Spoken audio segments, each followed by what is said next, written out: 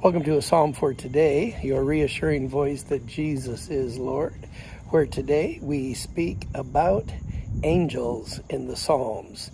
We will give thought to the number of angels today.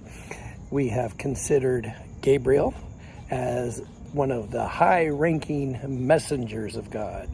Michael, one of the high-ranking warriors of God, commander of the Lord's hosts, a mighty angel.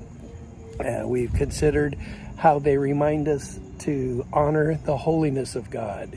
The angels remind us of the presence of God. Today, we want to investigate the number of angels and what that might mean for us today. For example, Hebrews 12:22, "Instead, you have come to Mount Zion, to the city of the living God, the heavenly Jerusalem. You have come to myriads of angels." Myriads, a term that signifies an uncountable multitude.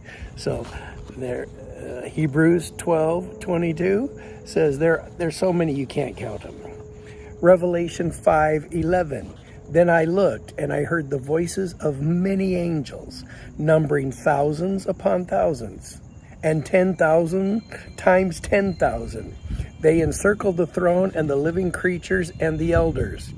So in this vision, the Apostle John describes an overwhelming number of angels surrounding God's throne, using hyperbolic language to convey their vast numbers.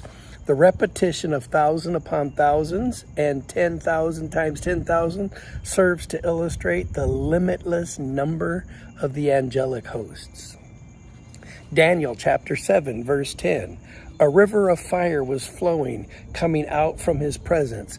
Thousands upon thousands attended him, and 10,000 times 10,000 stood before him. The court was convened, and the books were opened." Daniel's vision of the heavenly court further reinforces the concept of the innumerable angels. The depiction of thousands upon thousands attending God and 10,000 times 10,000 standing before him suggests an immense and unquantifiable assembly of angels. And then to the psalm. This is a psalm for the day, by the way. Psalm 68:17. "The chariots of God," which are poetry for angels, "the chariots of God are tens of thousands are they. The Lord is in his sanctuary as he was at Sinai." The psalm portrays the angels as God's chariots, emphasizing their vast numbers and their role in executing his divine will. The phrase tens of thousands of thousands, again points to the innumerable nature of these celestial beings. What rings true in my heart is the idea of paradox. The idea of two things being true that in fact might be, as it were, opposites. For example, the Bible teaches that God is knowable. We can know God. Paul said that I may know him and the power of his resurrection. You can know Jesus. You can know God. But he's also so big and vast that he's not fully knowable. So we could say, you can understand God. At the same time, we can say we can't understand God. We can say that God is immanent. He is present right here. And yet, we can say he is transcendent, which means he's not present really here only, but he is beyond presence. He is transcendent. He is above.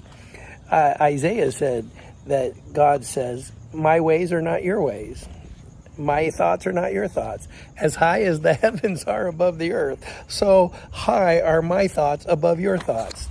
So as we consider it, we get to think through how we can know this God that is immeasurable, and yet we can know him in the measure that we know him. He is beyond knowing, yet we can know him.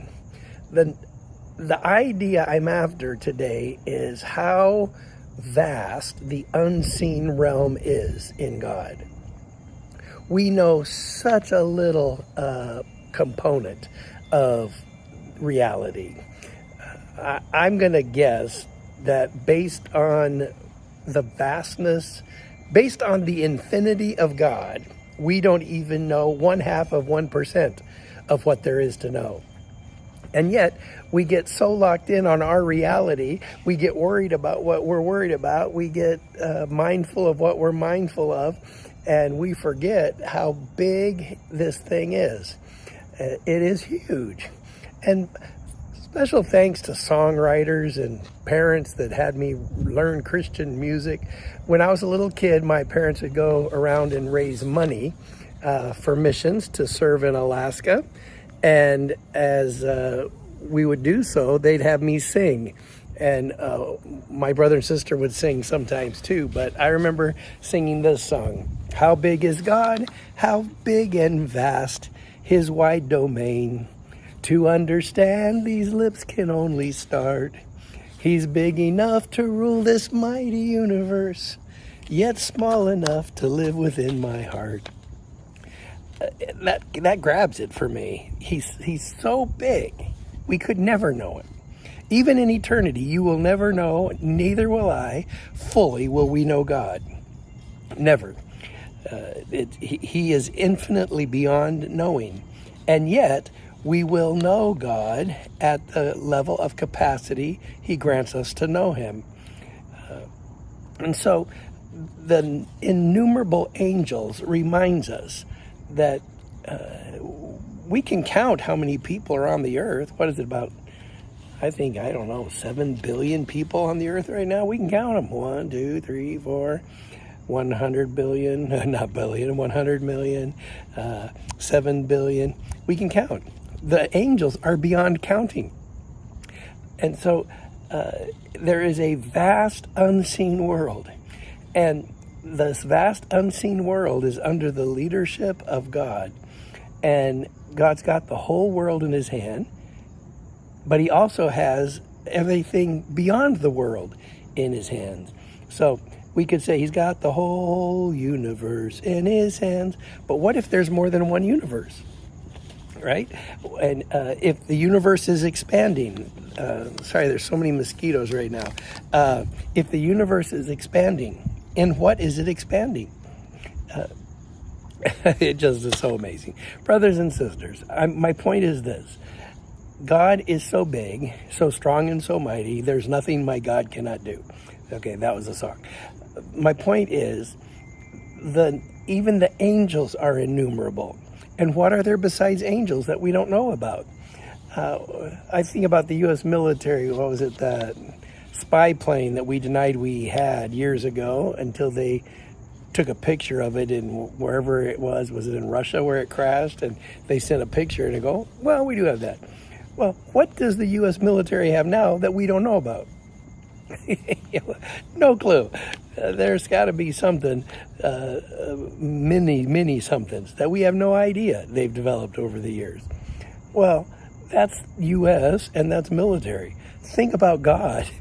There are so many things in God that we have no idea about. We do know His character. He's good, He's loving, He's gentle, He's kind. So there's nothing in God that we don't know that we should fear. But there is so much in God that is incomprehensible to our minds today.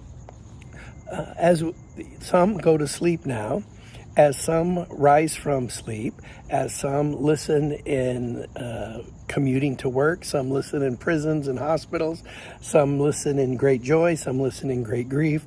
Brothers and sisters, the point is, God is beyond knowing, and yet He lets us know Him. I don't know how it works, but Paul said, I know whom I have believed, and I am persuaded that He is able to keep that which I have committed unto Him against that day. I know whom I have believed. At the same time, we know that God is way, way bigger than our little brains could ever hold. So, brothers and sisters, we rest in the immensity of God, the insurpassability of God, or the impassibility of God. And we do so by remembering even the angels are beyond numbering. What else fantastic